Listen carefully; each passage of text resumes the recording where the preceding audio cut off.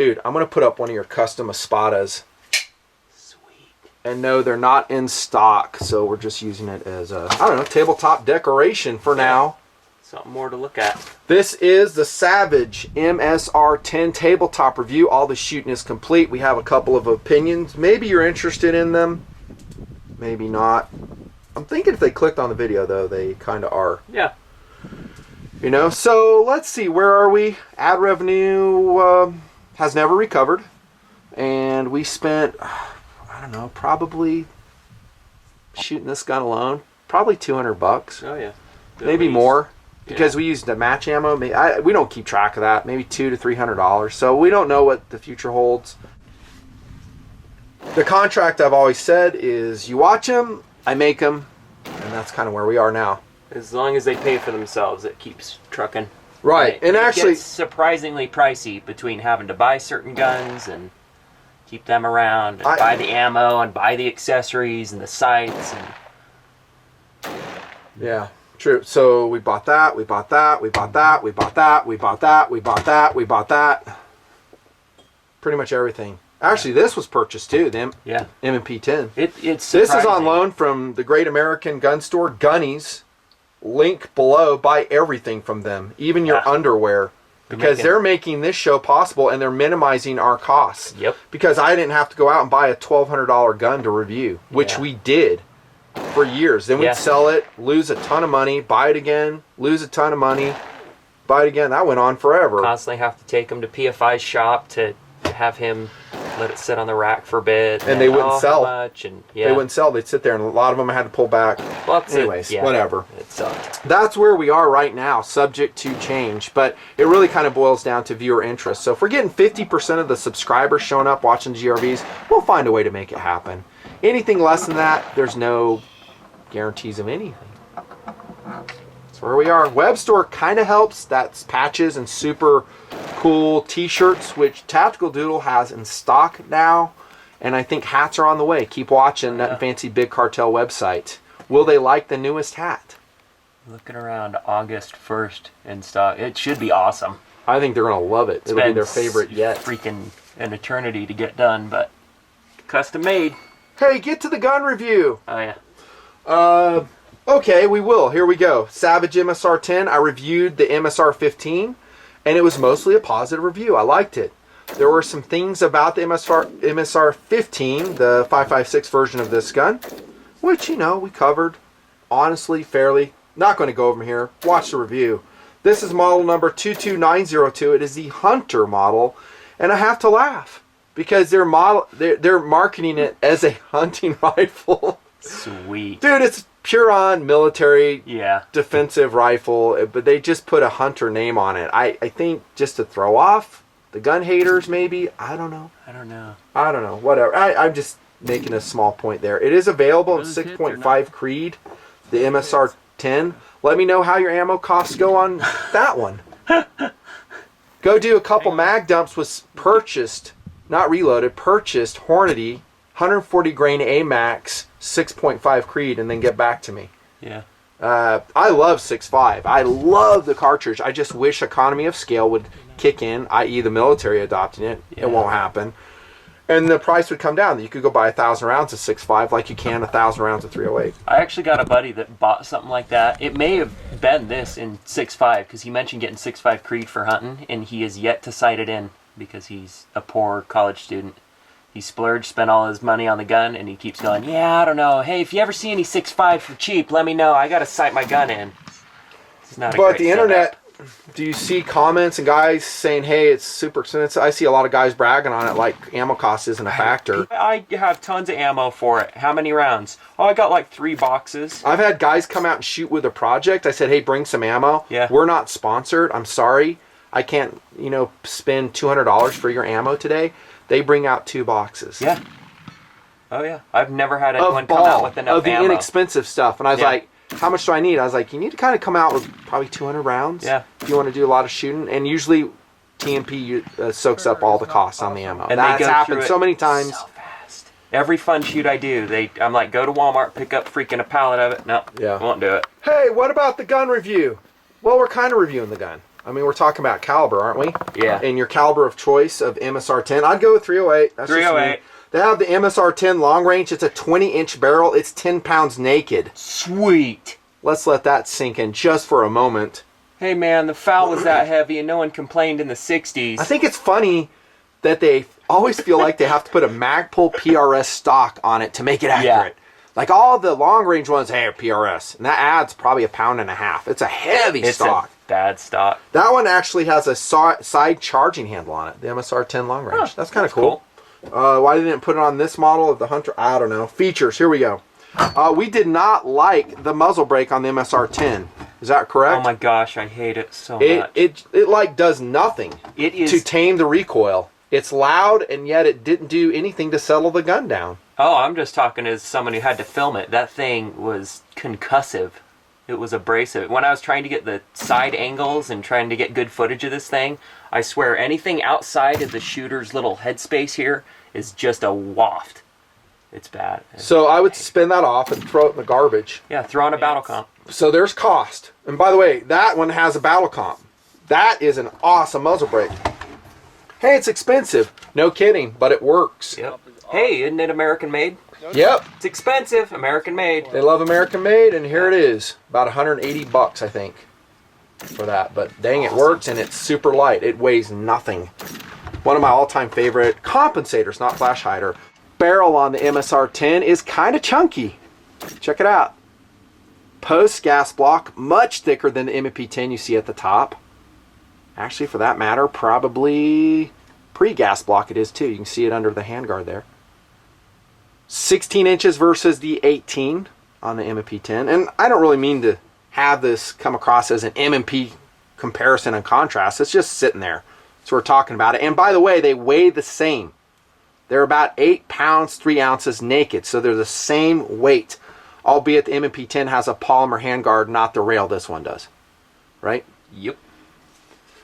Melanite coated, not chrome plated. I like melanite coating. Same thing as Smith & Wesson uses. It's very consistent, very corrosion resistant. The QPQ coating. Awesome. No problems with that. Adjustable gas block. That's kind of trick, really. It's cool. It's really cool. Factory installed adjustable gas block. There's your adjustment right there. Did we have to dick with it at all out there? Not that I know. No, we didn't. We kept it in the factory standard setting. You can get in the manual if you're interested. We didn't mess with it. As it should be. For standard pressure loads, it should just work. Didn't run it with a can.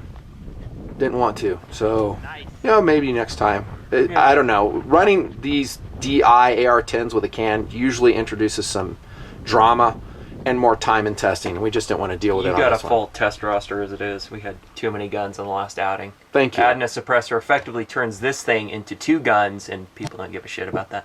Right. In the end, we roll out a thing going, here's suppressed, here's unsuppressed. Maybe if suppressors go more widely legal, then it'll be a bigger data point. Right now, not that many people running suppressors. It probably triples the time for the review and each outing. And trust me, there are other guns in the pile with this one that you'd rather see than this one. Boom.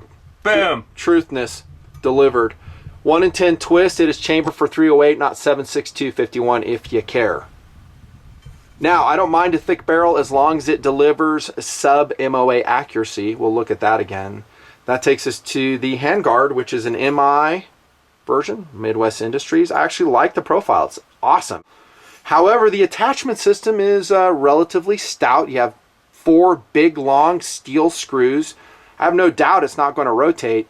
This really looks all LWRC to me, doesn't it? To you? It looks like the IC they used to run. Yeah, it looks like the individual carbine's attachment method, which is excellent, but adds a little bit of weight. Yeah. It didn't come loose. Better than I can say for some other handguards we've been shooting lately. Factory, by the way. Tons of Picatinny rails, standard AR-10, AR-15 configuration. Do you have anything to add at this point? Not really. I'd rather a longer barrel with a thinner profile, but that's kind of an age-old argument. In other words, that? Yeah. Agree. Yeah. I'll take another 2 inches, even if it means losing a little bit of thickness around there. That's what she said. I've been trying so hard to This has a forged lower, which is thumbs up to Savage for doing a forged, not a billet lower. I can't tell you how happy I am to see that. Same with the M&P 10. I don't like billet. Old discussion. Pressing on. polymer dust cover, does that matter to me? Not really. It's fine. You know, cool. Would I care if it didn't have a dust cover? Probably not. I'm not wading or planning to wade in mud with this. I will say those look like traps for dirt and mud and stuff to kind of hang out. Yeah, good point. You compare it against this one, they have no traps there. Yeah, a lot less. By the way, the awesome watch for this review is a Citizen Scuba Fin Dive Watch, Eco Drive. Boom. Buy it today, link below. Yeah, we should put it in the link. That one's cool. We don't get ad money, but if you use Amazon, I get like 2 cents per purchase. Yeah. So, and that's where we get everything anyhow, whenever possible. Forge lower takes SR25 DPMS mags, and it worked with every mag we ran in it. P-mag, this is a Brownells aluminum. We use DPMS steel. You'll see that in the footage. It worked great. And we'll get to reliability here in just a second. Standard fire controls, locations, not going to go over that. Everything standard. That takes to the trigger. And I said this in the MSR 15 review.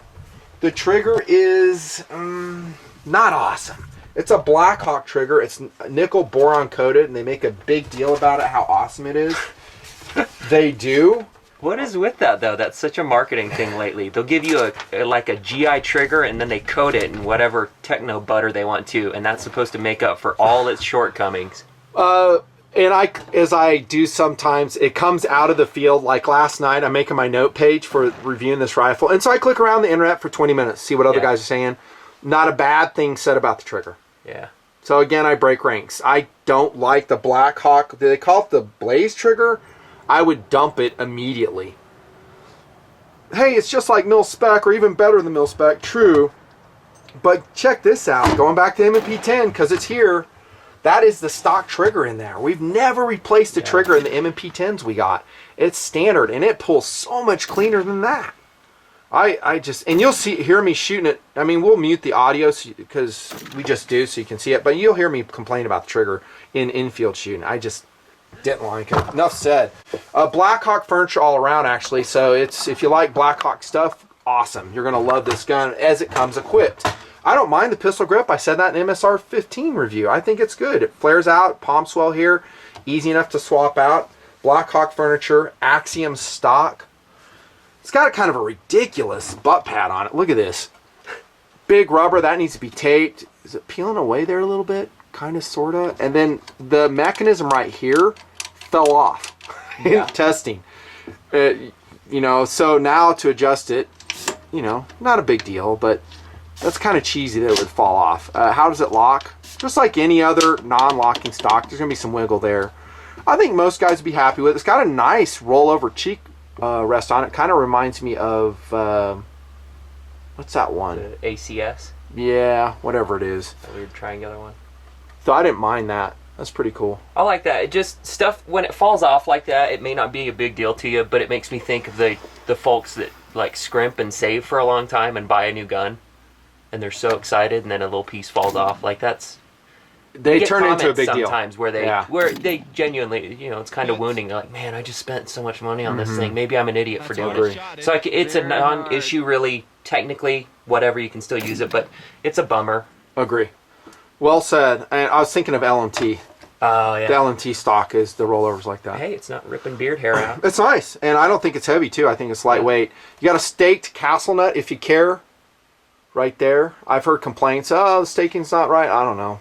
I don't really care if it's staked or not, because if I want to take it off and do some maintenance, put a sling plate in there, I'm going to loosen it anyhow. So what's it matter? Yeah. Charging handle is standard. It's not really, I guess you have a slight enlargement on it right here. We're not going to break into it. I'm just not. I don't do that anymore. No time, no interest from the subs to do it. But I think it is a nickel boron coated bolt carrier group. Check this out. You can see it in here. And, well, I'm kind of jumping ahead to reliability. I won't do that quite yet. Spring-loaded firing pin in the MSR 10. Enough said about that. How does it shoot? Here we are, pressing on. I actually like how this thing shot, other than the muzzle brake, which I did not like. Not a fan. Great. Not great. So you put on maybe a battle comp or something more compensating on this. I think the dynamics of shooting the MSR 10 would be a lot better. My main complaints were the trigger, which I wasn't super fond of. Could deal with it. Yeah. Did deal with it. And a muzzle device. Other than that, it shot pretty good, and it was 100%. So it didn't jam with steel. Here we go again. I mean, steel, out of box, you have a factory AR-10 pattern rifle, has no problems at all. Yep. And yet, if I criticize it in some other reviews, well, you can't expect it to shoot. This one did. Average user should be able to run steel, man. This one did. And we do it to minimize our costs. So what am I supposed to do? Go out there and increase our ammo costs twice? Real people do. Talk They to do. the people that watch these videos, go out and buy these things, and people like doing it for cheap. They You do. can't, it's not fair to expect them to always have to, you know, because the people watching these videos are the enthusiasts. They're in the know. For the average buyer, maybe they're Right. not. They just see ammo and they go, sweet, this one's cheap. I will say for our M&P 10s, we don't generally run steel through them for barrel wear reasons. I don't Yeah. like shooting steel rounds through it. So We don't like having to clean up after it. it's dirty, especially if you run a can and you shoot steel. Ugh. It's gross. Hey, that won't be reliable. It is with this gun.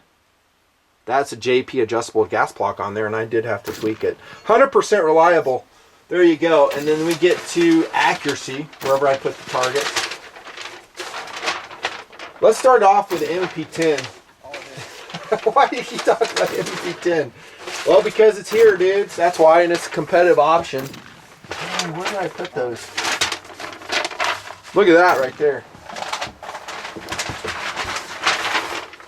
The MSR 10, I will say, did not do nearly as well. You can see a variety of loads. We're not going to spend a lot of time on that. Shooting the MSR 10 sometimes was exciting. We go, holy cow, that's a great group. So this is at the range off a concrete bench. Aguila, that's probably the best group we've shot with that particular ammo load. It's a 150 grain FMJ NATO spec 7.6251. So yeah, it's chambered for 308, but it's shooting 7.6251. Minor differences. Look it up in Wikipedia in case you wonder. That's a great group. Opened up a little bit, and XM80 was all over the place. That's embarrassing. So the XM80 group is this one right here. That's the third round. PMC MASH shot really good. That's pretty good. That's over in MOA, but it's not horrible. Federal 180 grain soft point. That's okay. It's not awful. Then this is in the desert. Oh, where'd it go? That's not it. I thought we had more paper, but we don't. Not seeing it. We got a lot more on other guns. What I'll do is show you some footage from out in the desert when we're shooting the MSR 10. I think we showed the target there. And in fact, I did a tweet on my Twitter account about how poorly it did. Yes, it was this gun. It was a bummer. It was a bummer. I mean, the XM80 was all over the place. Even some match loads weren't doing well. Yes, it was great stability. Yes, the trigger pulls were correct. It was windy out there, but guess what? It was windy out when I'm shooting the M&P 10, and that came into MOA. We shot other guns that day, like some bolt guns. Were we sub MOA on those? Yep. All day. So it's really unpredictable, really. And that's why I took it on another outing yesterday to the range. You saw that paper right there. I think it's capable of really good accuracy. I'll call it 1.5 MOA on a good day with a good load it likes. If it does not like the load, you're looking at about 6 MOA. That's the groups we saw in the desert, maybe even worse. It kind of makes me question what's going on with the barrels at Savage, which is typically a great barrel company. Let's go back to my MSR 15 review. We had one of the MSR 15s which is experiencing the same problem. It was throwing rounds all over the place. I tested the upper for Wyatt at Gunnies. A customer brought in, said this thing is shooting wild. Sure enough, I take it out in the range. It was shooting wild. It needs to go back to the factory. So maybe tighten up the barrel construction better. Barrel is everything. If you don't have a good barrel, you're not going to be super accurate. Getting back to the point, hey, this is a thick barrel. Great. Oh my gosh. Unneeded weight with the way it's shooting. I'd much rather have a much skinnier barrel if we're going to be shooting like that. Doodle. This is locked on. I got nothing. Once you said 6 MOA, I was trying to make a joke about how you get a lot of MOA for your money, and then I was trying to construct that in a way that would make sense. Like, it's only $200 per MOA for a $1,200 gun. Look at the value. You're getting 6 whole MOA out of it. I don't think anyone's going to accuracy kind of drives to the next point. Would I buy it? Value and options. MSRP on this is $1,480. Gunnies is selling it for $1,250. It's in the ballpark with other guns of its style, including the M&P 10 and some others that I reviewed, like the Bushmaster ORC, now called the XM10 or whatever it is. I can't keep track of all the names. I would probably buy it. I'm not definitely a no on it, but man, I would take it out and make it shoot. If it doesn't shoot to my standards, I'd send it back to Savage and have them fix it. Yeah. You know, because a gun like this should be able to shoot into MOA. If the barrel's good, this does it. Some other guns do it. ORC did it. It should be able to do it. Yeah. You know, that's kind of what I expect. Is that an unrealistic standard? I don't think so. I think it's realistic. I don't want my new gun purchase to make me feel like a fool for buying it. And that kind of accuracy would make me feel a little dumb. But it achieved some good groups, so let's be It honest. had a couple. Yeah, I mean, it wasn't totally horrible. Yeah. I mean, it wasn't... What really concerns me about this gun is that it shoots balls so poorly. Yeah. This was one of the better groups. There's another piece of paper I had, and it slung it like this. Ugh. It was not good. M&P 10, by way of reference. See, that's uniform, though. That's pretty consistent. This is a premium load that this gun did not like yesterday. So, to be honest, this gun has the same quirks. There's some loads I'll shoot with M&P 10. He's like, yeah, I didn't like that. Well, the thing I don't want is to have a... But it's the exception, not the rule. I don't want my collection to be dependent on a different ammo for each gun. I don't want to have 20 different... Doodle. And this sucks for us because we have to have all these in stock. If you're just a normal dude and you're doing your home defense collection or your hunting collection, you want to stock up on one type of ammo. And it's going to be across the board. It's going to be ball. It's not going to be 168 grain match. Yeah, you're not taking What? Yeah, you're not taking your buddies out to plink with your freaking match ammo. Yeah. Here you go, man. $35 a box. Oh, you just burned through it? No, it's fine. Hey, it was I'm a ready whole mag. to shoot. Here's my 2 boxes of 20. Cool, you got more ammo? That's how it goes. But I want it to be able to work with everything. I want it to be consistent. But let's get to the good part. It was reliable, ergonomic. We talked about some quirks already. Yeah, their little piece fell off. Whatever. This is a Leopold, by the way. So awesome scope. VXR 4 to 12 by 20. If I can find the Amazon link, I'll put it there. It's probably my favorite scope we're currently using. It just rocks. I didn't put the target turrets on this one yet. Running in an $89 Aero Precision mount, also from Amazon. I love that mount. Would you buy this gun? Between these two, which one do you buy? M&P. All day long? Yeah, or is there some doubt? This one has a free float rail. That one doesn't. I do. They weigh about the same. I am surprised by the rail. This is a 16-inch barrel, 18-inch barrel. I like 18. Adjustable gas from the factory, not so much. Yeah, not so much. So this has some cool features. It does. The rail, the adjustable gas system. I think the value is high. Forged receiver. You put a good trigger in it, good muzzle brake. I think I'd buy it. And I would test it and see if it shot. If it shot MOA, dude, you got yourself a winner in the Savage MSR 10. Savage, if you watch this video, please tighten your quality control on your barrels. From what I'm seeing in the latest tests on some of these guns, it's kind of waning just a little bit. If I did not say this already, this is a... M9! It's Doodle. I love the sights on that. I love the gun. It's freaking awesome. Look at my review on the Steyr future pistol M9A1. sights. So freaking cool. This is what Blade Runner should be using in the upcoming sequel. They probably already got it filmed. Anyways, MSR 10 with some fun times, revenue discussions, ammo discussions, and other stuff we find interesting. Hopefully you do too. Done. Just change out the brake.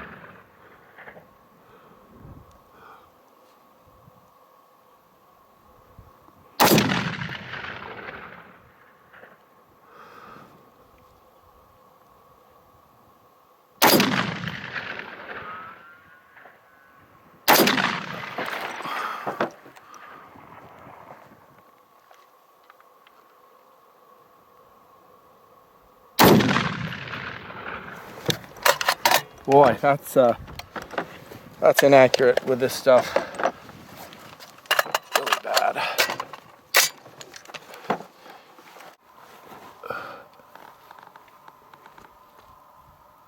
Right.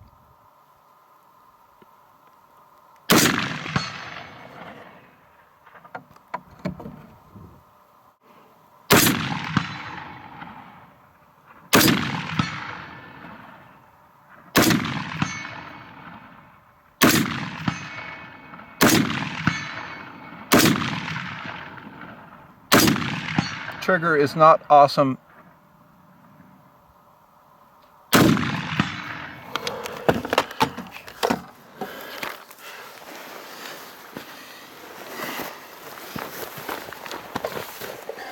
GoPro, stop recording.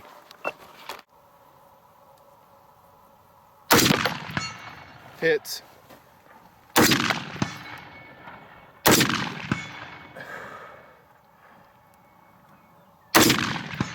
All hits.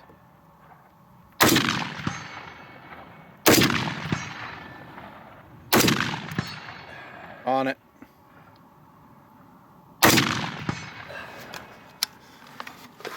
Through the gap. Sweet.